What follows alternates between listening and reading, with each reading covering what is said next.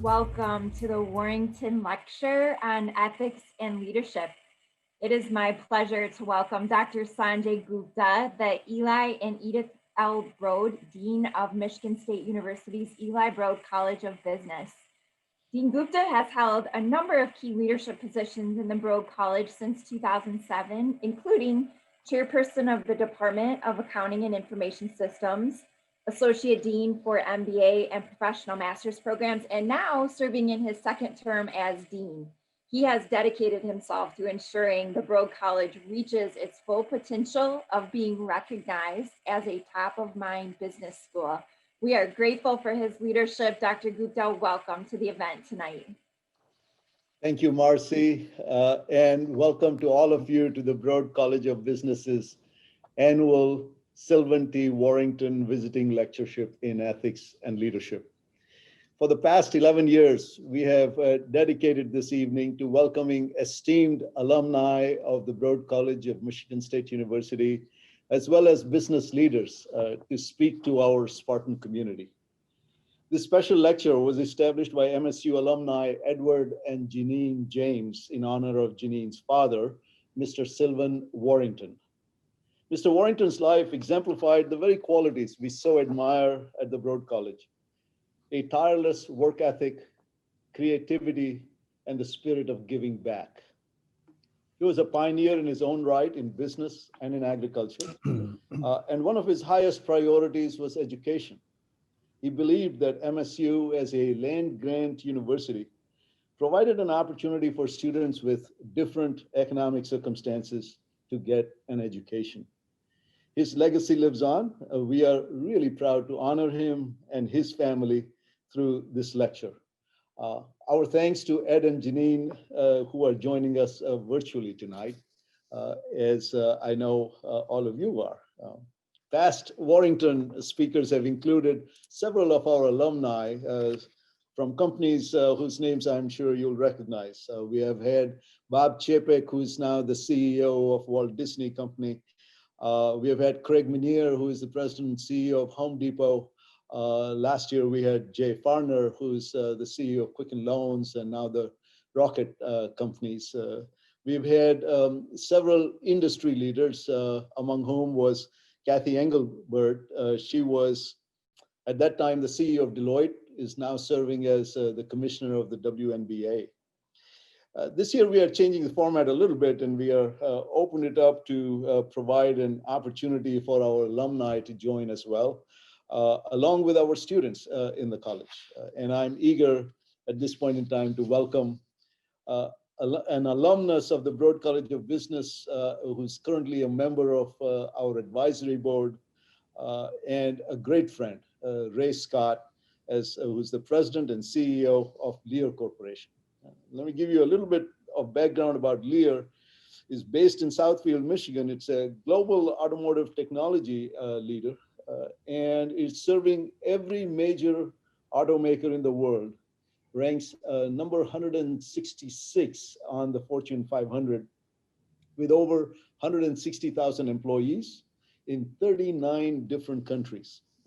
Ray started his career at Lear in 1988, holding key executive positions of increasing responsibility across the company in both Europe and in the US.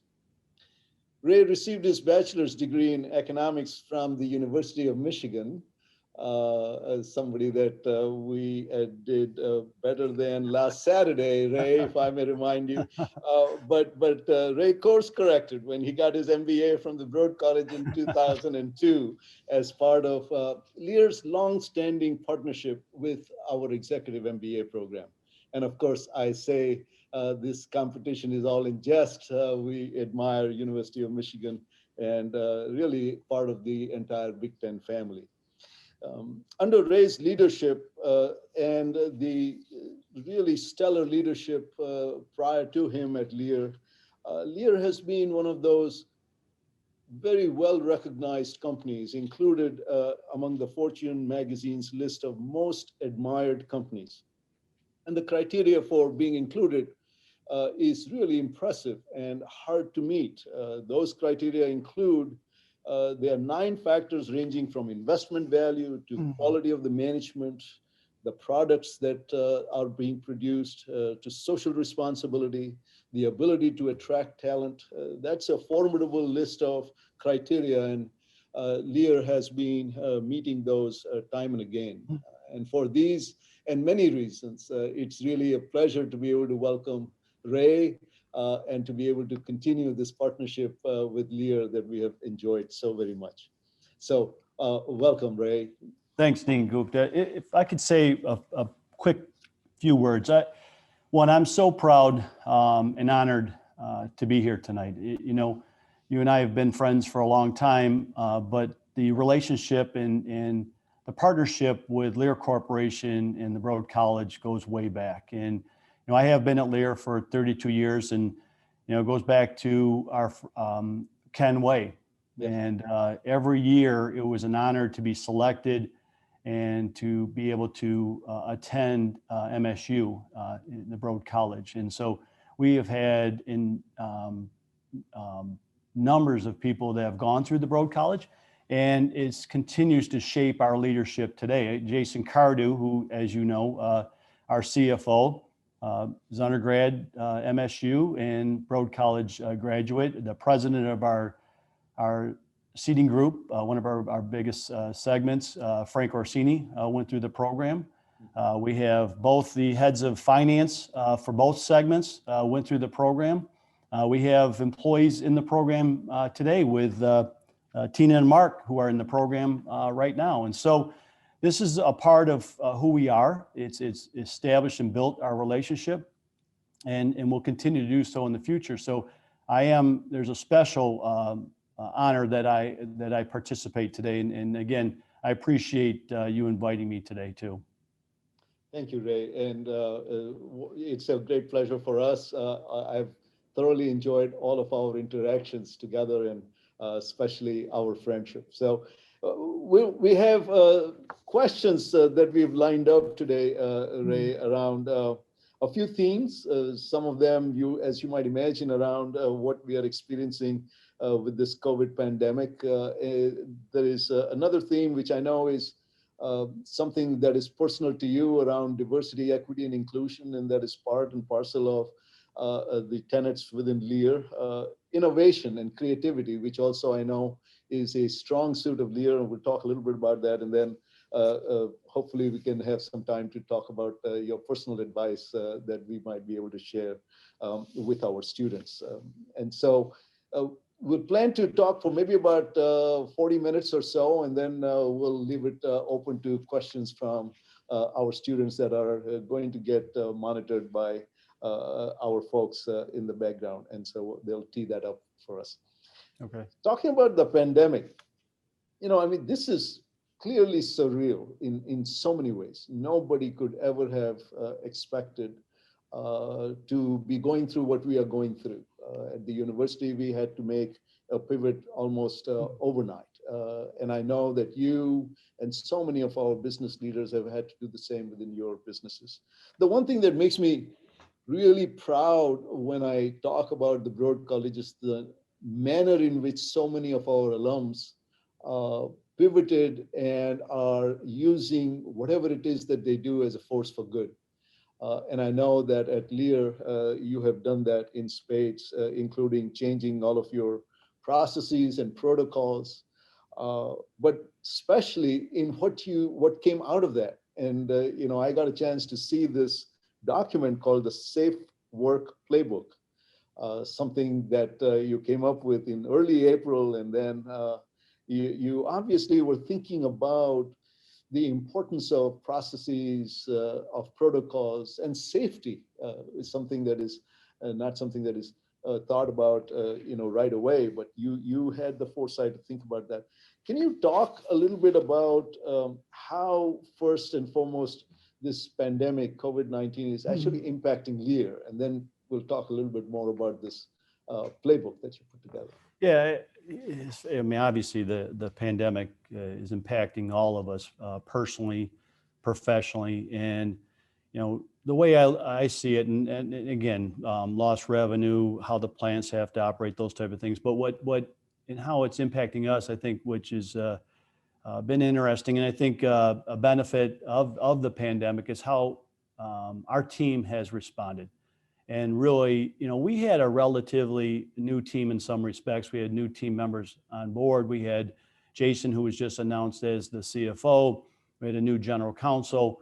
And this particular crisis, and I think, a crisis can do this. You can have a team that can obviously go in a number of different directions, but our team really was brought together around this. And the trust in the relationship and how we came through this was attributed to that team coming together. And so there isn't anything that you get through without a lot of people working collectively together. And so one of the things that, like I said, we've all been, impacted by this particular virus. But what I think and how I look at it is I was just incredibly impressed with how mature and how responsive our team was around the world. And I think it's something that, over a period of time, you can actually mature a team into that type of level of trust and collaboration. But this has really brought us together in a very unique way. And I think it's a positive that's come out of this pandemic.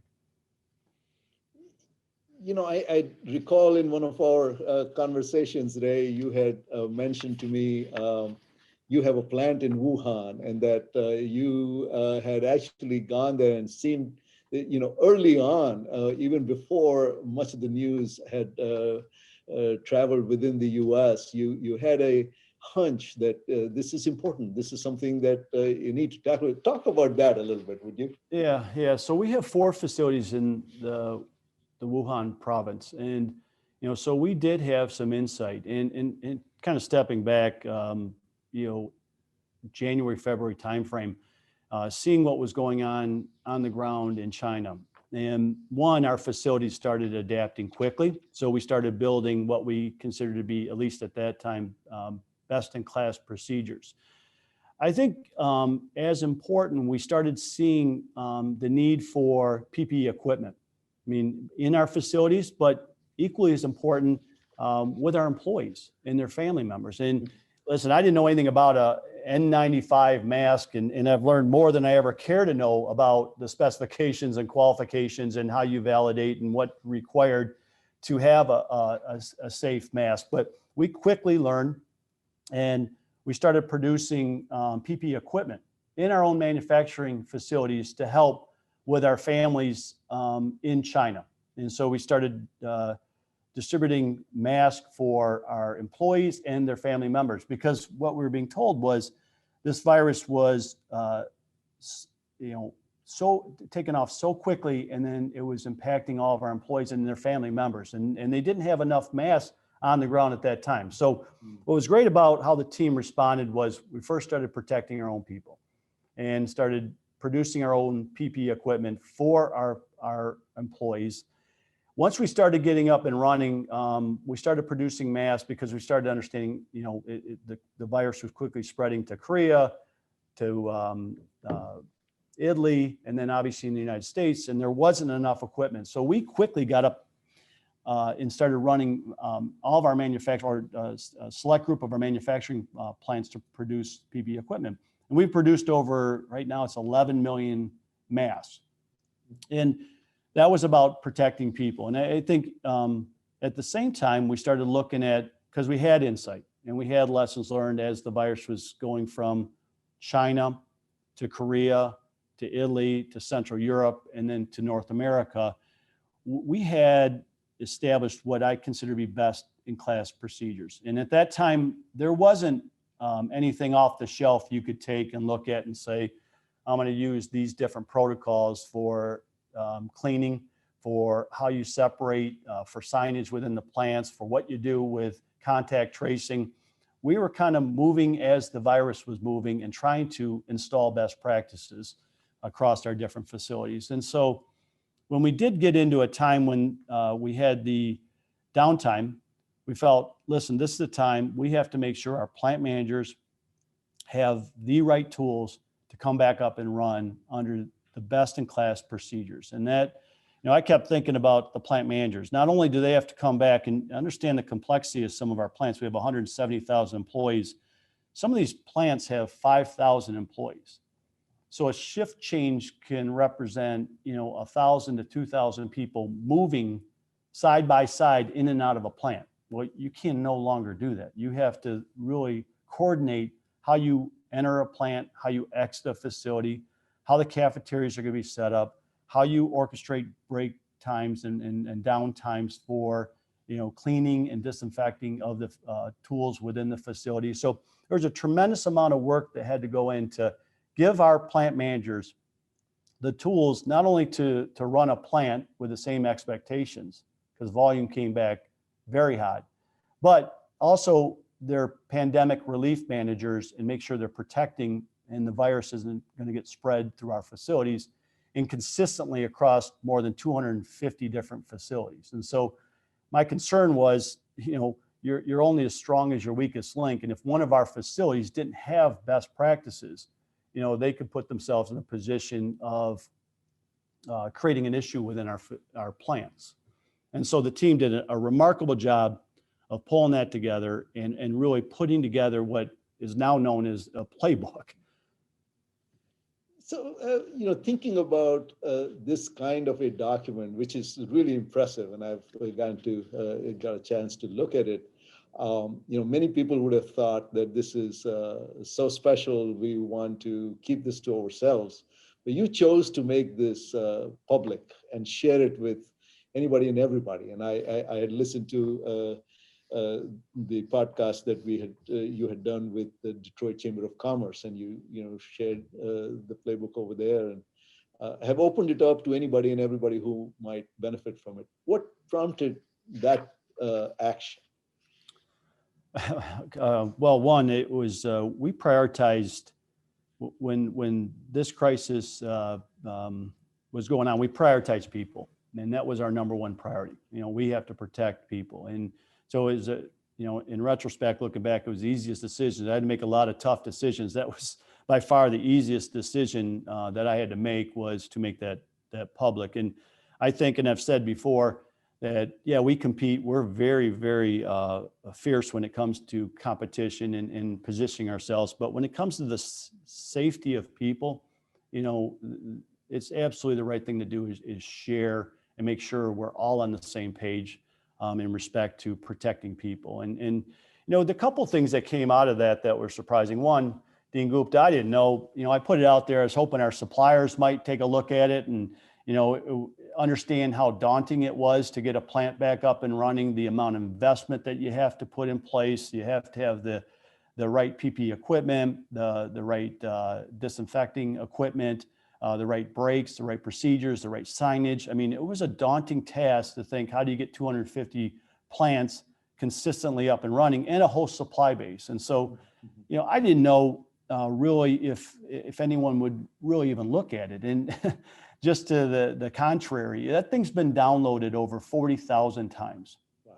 And that doesn't include cut and paste. And I'll tell you, the response that we received back was overwhelming. And we tried to extend any type of insight or help where we could in other industries too. It wasn't just the auto industry. We were getting a number of different requests from other industries, other types of businesses. The appreciation to understand how much work had to go in that was extremely satisfying and gratifying from a Lear standpoint. And something else that emerged was, I'll tell you, our plants and our plant managers really, really, took that playbook and really started developing it even further. And it was something that we rallied around. And so when you think about a crisis and when you have something that the team can rally around, and everyone's talking the same way about protecting people, make sure we're doing everything we can to protect people. And we used to talk, it's people over production. And that is not something in our business that we ever talk about, but I was trying to change a different mindset of saying, listen, we're not going to be able to help anyone or produce any parts if we don't have people that can produce our parts. And we have to make sure we're doing everything we can to protect people. And what was, somewhat of a surprise was how quickly our teams adopted to that and really rallied around it. And we're proud of our company.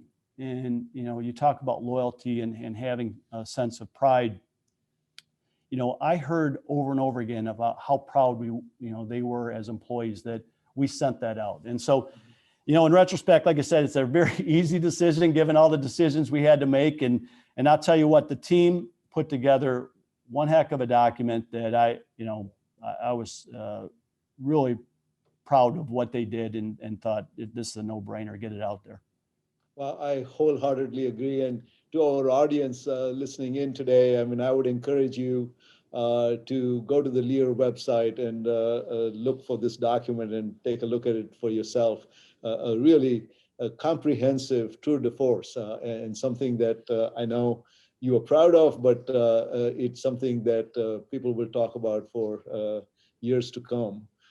That said, Ray, kind of reflect about the future, and as you think about all the work that went into developing the playbook as one part of it, but I'm sure there are other dimensions that have been impacted as well.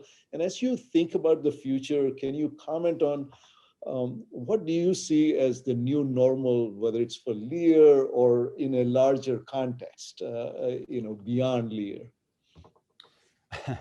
Well, I don't think we're at a new normal yet. I think we're still in the crisis, and I keep trying to remind everyone that we still have a lot more work to do. One thing we have to be aware of, and we are just quickly talking about it before we got going, was the cases are starting to rise. Mm-hmm. We're heading into a holiday season. We're seeing different pockets in different hotspots, particularly down in Mexico, obviously in the U.S., Central Europe, Eastern Europe. So I think we always have to be agile and flexible. And, I don't want to talk about a new normal at this stage. I'm still, focused on being in a crisis to a certain extent and being, very flexible to what might happen next week. And things are changing quickly. And so I think from one perspective, we still have to remain and keep that focus on being flexible and agile. I think longer term, and I keep trying to think about in terms of next summer, next fall, when we might be in a new normal of how things could work, how we might set up our organizations, how we might be able to position ourselves moving forward. But right now, our focus is we're still in a crisis. We still have a lot more work to do. And we're going to have to make sure that we're remaining very flexible to everything that we're doing, but still keeping that priority on people. So I absolutely appreciate the notion that we don't know really what that new normal might look like, but hopefully it will be here sooner rather than later, and that we can try to think about how it's going to impact all of us. I mean, one of the things that we've seen on campus, obviously, is this whole shift to remote teaching and learning, that we had to turn the switch on that literally overnight in March, as I'm sure you have had to do. But in your case, it's with all of your plans, across the world in a very significant way. And so this remote work, or in our case, remote teaching and learning, tell us a little bit about that. I mean, what have you discovered about this mode of operation, the goods and the bads about it, and how might it impact what you do in the future and how you might do things in the future?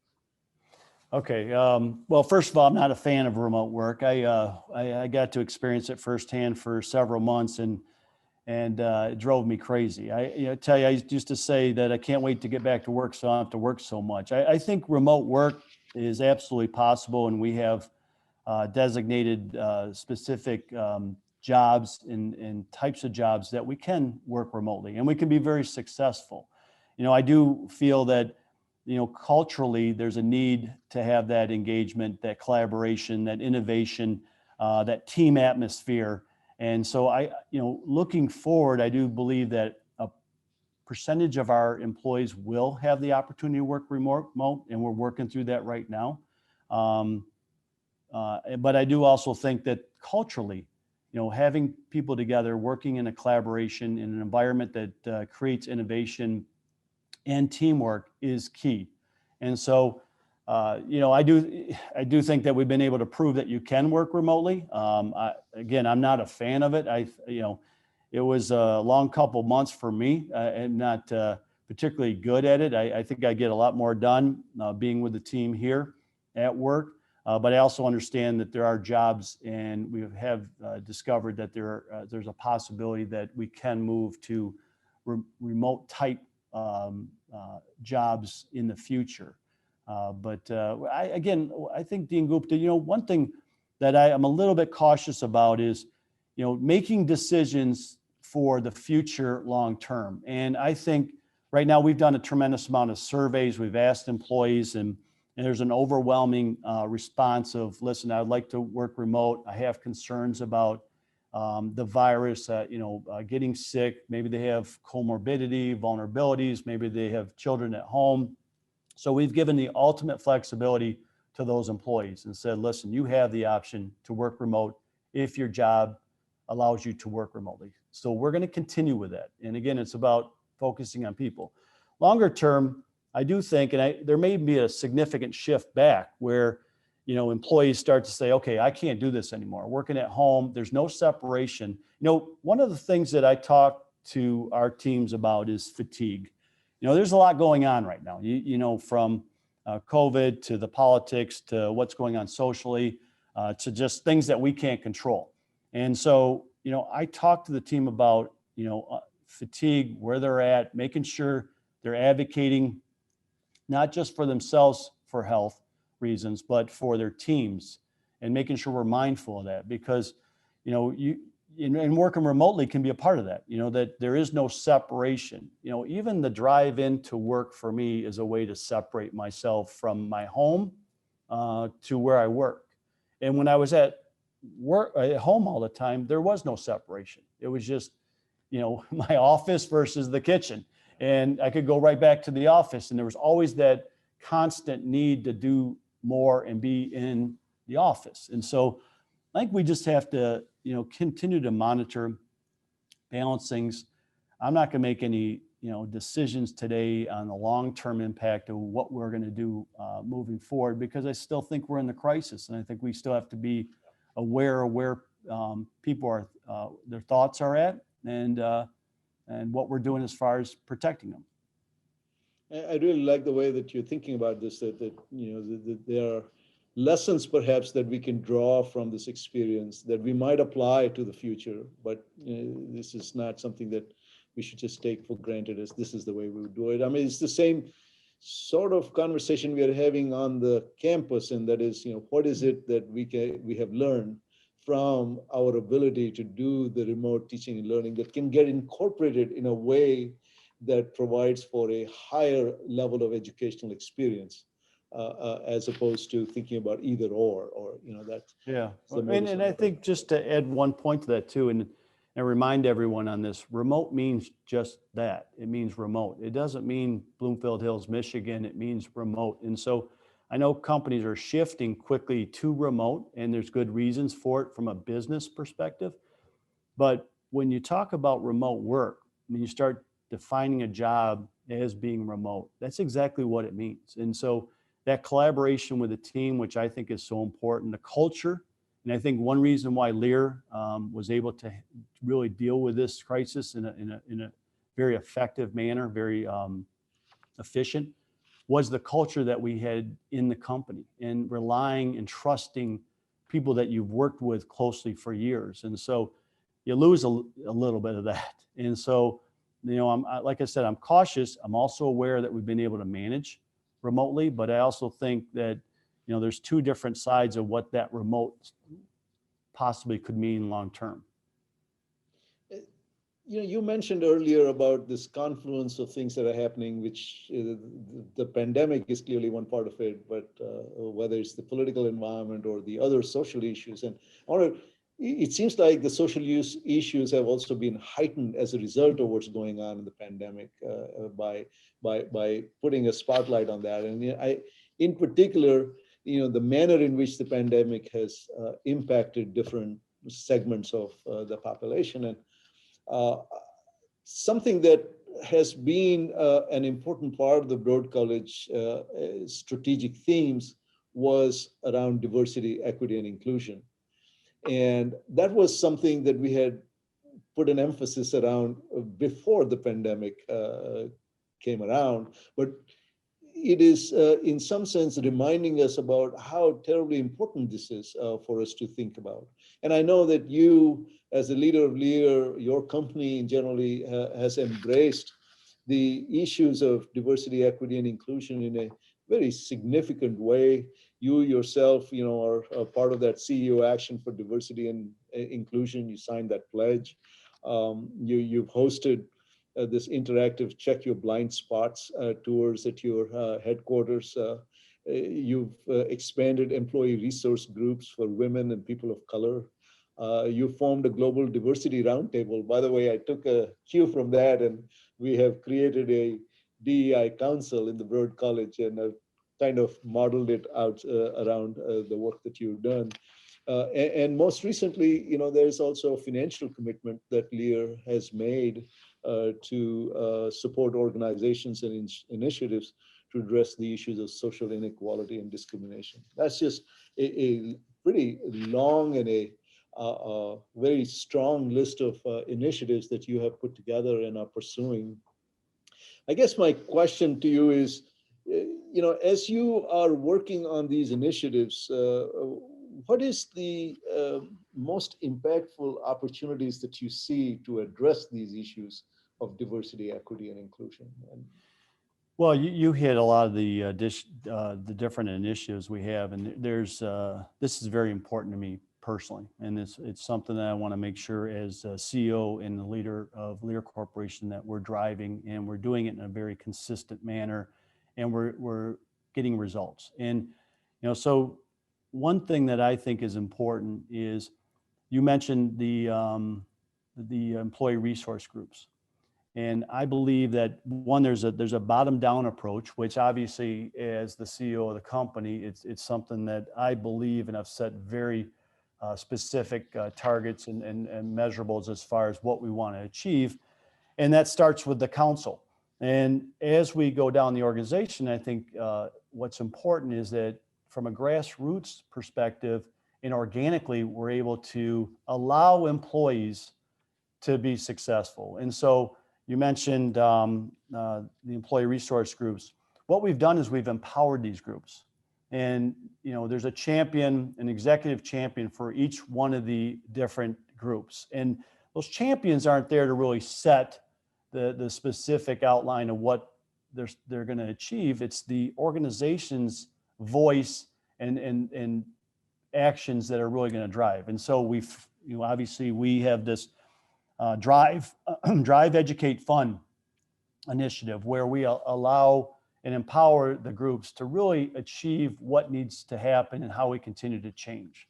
And I think that's really, I've seen some incredible results. And the reason I say that, Dean Gupta, is that if I was to set everything that I felt should happen, it wouldn't even come close to what these organizations are doing and how they're not just meeting, but exceeding expectations. And the passion that comes from the organizations to really drive change. And so we do, we allow these organizations to set up their strategies. We fund the organization so that they're successful. We dedicate resources so we can make sure that we have the right tools in place, and we invest. And that's what it takes. And it takes continuous consistency over and over again of making sure you're backing up what you're saying. And so we've done a lot of great things. We have more work to do. But I'll tell you, the team that is in place and how they're working and how we have this grassroots effect on the whole organization is really continuing to drive change within our company. The set of initiatives that you described is really, really impressive. And there's no doubt that there is a desire afoot amongst lots of constituencies to try and work on this effort. But something that does come up often, just as often perhaps, is are the issues of diversity, equity, and inclusion a force for good as far as business is concerned? In that, how does this help Lear as a as a for-profit entity. Can you talk a little bit about that? Yeah, that's an easy one. At first of all, it's the right thing to do, but I think equally as important is that, you know, when you have a diverse organization and you have differences of opinions, and I say this over and over again, I like to surround myself with individuals that will tell me what I need to hear, not what I want to hear. And, you know, having a diverse organization that has different opinions, that have different thoughts, as opposed to a group of individuals sitting in a room that are thinking the same exact way, limits your possibilities on what you can do with a company. So I think just the opposite. I actually think, you know, when you have diversity, when you have inclusion, when you have these things that create an opportunity to think differently and have different opinions and drive change in a positive way, it is a direct correlation to how successful you are as a company. And, you know, I keep seeing it over and over within our company that, you know, our meetings are not necessarily one-sided where here's what we're going to do and everyone is just going to go march off and do it. We have a number of discussions. We have strong opinions. We have incredible thought around different opportunities. And those discussions are really impactful when you talk about the business. So like I said, one, without question, it's the right thing to do, but two, it's just from a business perspective, just continues to drive the business forward in a very constructive, positive way. You know, that's really well said. And I think what you have also highlighted is how the diversity also leads to innovation and creativity, because you have people from different backgrounds or different ways of thinking about problems coming together, and, you know, different ideas emerge as a result of that. And, couldn't agree with you more. And I think that has been one of the main reasons as to why we've made that a key strategic theme within the Broad College, to say that hopefully this will heighten the spirit of innovation and creativity, which leads me to this whole notion around innovation and creativity, which is again a place where, you know, you and Lear Corporation, but especially under your leadership, has made a huge investment. I understand in 2019, there was the launch of the Lear Innovation Ventures. And this was announced in order to drive progressive change in your company and the industry by creating intelligent technologies and products that meet future mobility trends. And the whole idea, it seems like, is to, you know, be able to meet your consumers' demands for all of this new intelligent technology, things that are environmentally friendly and so on. The question I have for you is, in your role as the CEO, as leader of the company, you know, what are you doing specifically to steer the company to meet these rapidly changing needs of your consumers, but really of the ecosystem in general? Well, it is an exciting time in the auto industry. It's you know, with connectivity, electrification, autonomous, reconfigurability, ride share. It is a really a time like we've never seen before. And you know, what I really drive within the company is one, we've brought in and have some incredibly talented people, and we've set it up where we really look at the different opportunities that we have. And I say it this way: it's really about prioritizing our opportunities, because you can chase a lot of different things out there. There's things that you know, we could be successful at, but it would take a tremendous amount of resources and capital, and probably would limit other areas of growth. And so one, it's about prioritizing where we fit and making sure we understand, you know, our competencies and how they relate to those growth areas within our different segments. And we have two different segments. Seating really is starting to embed technologies to help consumers with, you know, heat and cool, different health and wellness features, you know, connectivity within the seat with your smart device, reconfigurability within the vehicles itself. And Lear has done a really good job of building an intelligent seat system, reconfigurable system that allows you to move the seats without wires. It's a tetherless system that allows you to power seats through the rail system with a cassette. And so really changing and creating a space that doesn't exist today.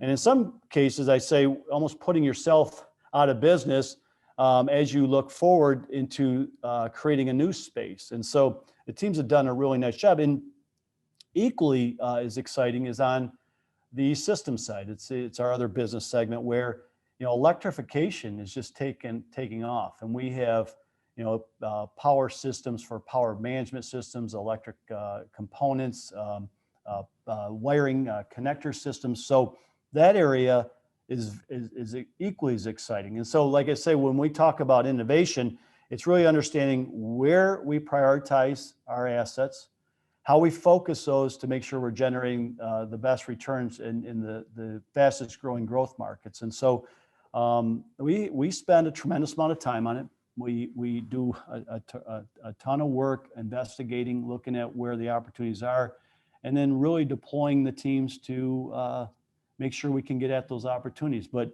like I said, it's never been a time like this before, at least in my 32 years at Lear, and we are extremely well positioned for those growth areas within the auto space. That's wonderful. And, that excitement can be felt really all around us. And we are in Michigan, at the heart of what is going on over here. And I am thrilled that people are talking about these no longer as being the automobile industry, but like the mobility industry, or, changing even the nomenclature around the work that is being done in Detroit, our state of Michigan, but this region in general. So many things that we could talk about, I know, but our time is going to be coming to an end here pretty soon, and we want to be able to afford an opportunity to our audience to be able to ask you questions. But while they're thinking about that and getting ready with that, I'm going to pivot a little bit towards your personal advice for our students, our listeners. In our conversations, you've shared quite a bit with me about the things that you took away from your MBA experience in the Broad College. What has resonated with you, what has stayed with you? Can you talk a little bit about what were the important things that you took away, and why do they continue to be important for you even today? Well, yeah, it's one, and I think some of it reflecting back at the time, you're getting through the program and you're just trying to find time to balance everything you have going on. But as I've reflected and been able to really look at what I learned, and some of these things are things that are somewhat obvious, but learning and really prioritizing what's important, and that never stops. I mean, you're continuously learning. The amount of, maybe not to the volume that you have when you're in the program, but that continuous learning is critical. The networking, and we had in MSU set up the programs where we had teams, and one thing you can't get through that program without a team, and that was valuable to me. And what I learned was you have to rely on others. You have to continue to network. You have to trust others, because there's an element there that within that team, you have to break things up. You have to look at who's responsible. You have to get things done collectively. And I'll just mention, and I'm sure everyone does this, is thanking those around you. I didn't get through the program by myself. My wife helped me, people at work helped me, my team helped me, and always acknowledging and being thankful for those around you. It was a key thing that, I made sure that I reminded myself and thank those, because you can't get through that program on your own. There's no way. And so just making sure you realize who is supporting you around you and how they're doing it. It could be in a very subtle way, and then acknowledging them and letting them know how much you appreciate them. And I think the biggest thing, and obviously, is time. How precious time is. When you're in the program, you're trying to balance and prioritize, academics, your work life, your family life, other personal issues. And I can't even begin to sympathize with the students today, because on top of it, you have to throw COVID. And I'm sure there's a lot of people thinking, in the program, what did I set myself up for? Because it's a very difficult program. And on top of it, you're doing it in a very difficult situation with doing things remotely via Zoom, whatever the circumstances are. And so I've been thinking about, the students and what they're going through today isn't remotely even close to what I went through, but how precious that time was something that was something as I think back, I learned how to balance things. And so as I've taken that into my job today, each one of those apply. I mean, I'm not done learning. I continue to learn today. Not even close to done learning. The networking and relying on that team. I couldn't have got through this crisis without a team. And it wasn't one individual, it was a whole group of people. And, just making sure I reach out to them and thank them because they helped me get through it and hopefully I helped them. And that time element of prioritizing what was important. When we prioritize things, very similar through the program, it was people, obviously liquidity and keeping an eye on strategy and the focus in the future of the company. We really set the tone for what we thought were the priorities and we knew that we couldn't focus on everything. So those are some of the big things that I learned and they're still with me today. I mean, absolutely part of what I do today. So if you were to, take that and package it and maybe share a piece of advice with our students, so what would you have them focus on during their time here in the program? These issues. Is there a way to package this in that at their age, at their stage in their life, they could take away and actually operationalize it in a good way? Well, I think everything I mentioned is something that you can relate to any situation, and it doesn't matter. I think what's important is it doesn't matter what you're doing, if it's philanthropic, if it's personal with your family, if it's professional, those things are very consistent across each one of those. And so, and the other thing I'd tell them is that, when you're in the program, it's very tough to understand what you're going through. And it's very tough. The first year, that first semester, you just feel overwhelmed. And the advice I give them is that when you are done with the program, the things that you learn, the things that you're going to be able to appreciate, maybe not now, you'll be able to appreciate them in the future, will be very impactful to what you do in life. And you'll look back on it, and it may take some time, it may be immediate, but everything that you're going through is going to, without question, impact the rest of your life in, like I said, any part of your life. There isn't one part, it's across all parts of your life. That's phenomenal. I could keep having this conversation with you for a long time. I know there are lots of questions that we have received from the audience. And so I'm going to turn it over to Marcy, who's coordinating these questions and see if we can share some of those with you. Yes, thank Marcy? you. There are a lot of good questions coming in tonight. As you know, we have a lot of students here with us and organizational professionals. So my first question, Ray, is to you. You shared many important aspects of Lear's corporate culture. How do you develop an organizational culture that promotes key initiatives such as diversity and innovation? Innovation? Key innovations like diversity and innovation. Well, again, I think you have to set the tone very specifically on what are you defining and what are you trying to do? Make it very clear. I mean, if it's within leadership and it's ethics, or if it's an innovation or DEI, you have to set the tone on what you expect. And to give you an example, with our leadership model, we're very clear on the type of leaders that we want within the company. And we also use that as a tool for talking points and develop ways that employees can help develop better behaviors or other elements that will help them become a better leader.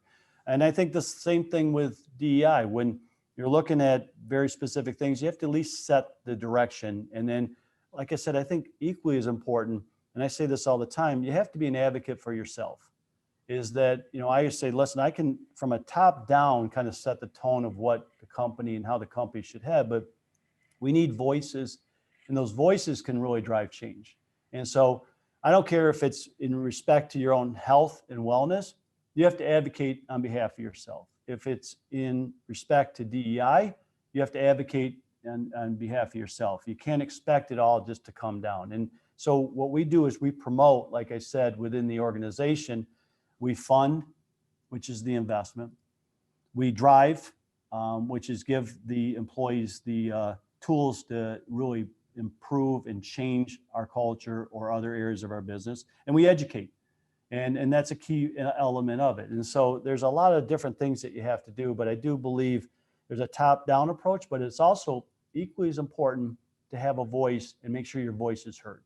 And if you have a platform for it, then you got to make sure you're a part of that, because change only occurs if everyone's participating. It can't be just a bottom-down approach.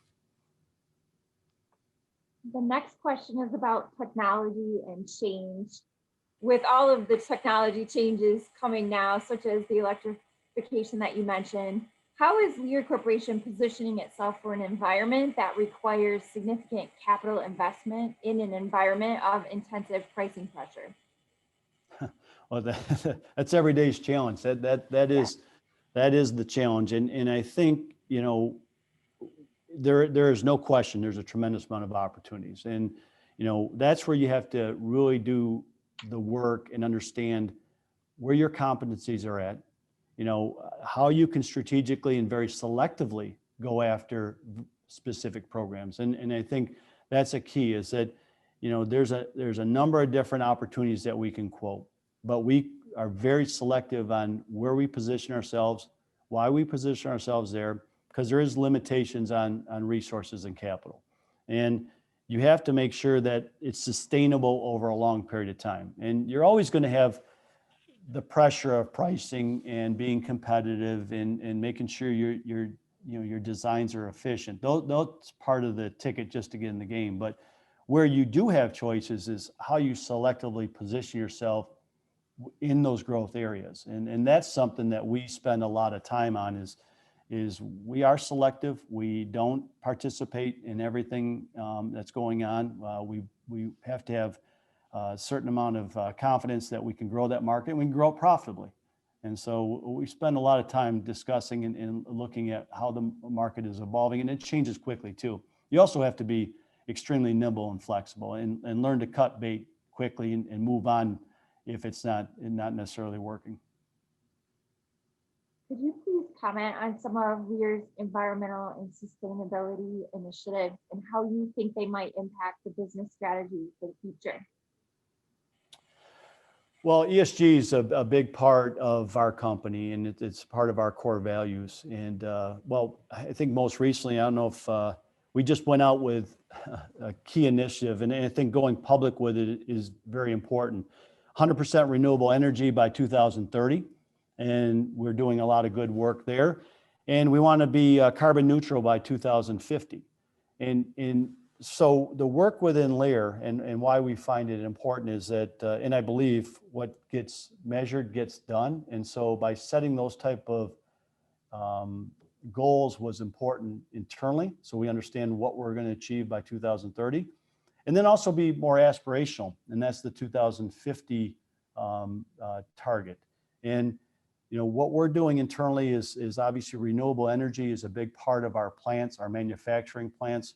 And I think it's on two sides of it. One, there's the manufacturing facilities, but equally as important is what we're doing on the product side. You think about how we're participating in EV. I mean, our products are designed to make vehicles more efficient and the range longer. We're looking at sustainable material and recyclable material. Actually, not just looking at, we're implementing and have implemented in our products material that is sustainable and has the characteristics of recyclability. And so, it's hitting both sides of our business. We're doing a very good job, and we're focused on every single element of ESG.